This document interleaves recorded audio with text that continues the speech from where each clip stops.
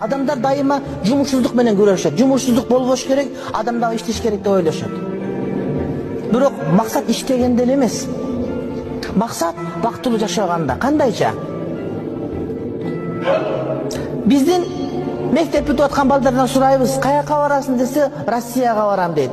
Эмнеге барасың десе, иштегенге барам дейт. Анын максаты иштеген эле болуп атат. Эгер андан башка жок, мен адал ырызык издегени барам. Мен жашоомду жакшыртканы барам. Мен кайра мамлекетиме, элиме, жериме пайда менен келгенди барам деген ниет кылышындай болмок. Өмүр бою иштейт, 20 жыл иштейт, ден соолугун берет, кайра келгенде эч нерсе жок, кайра келип атат.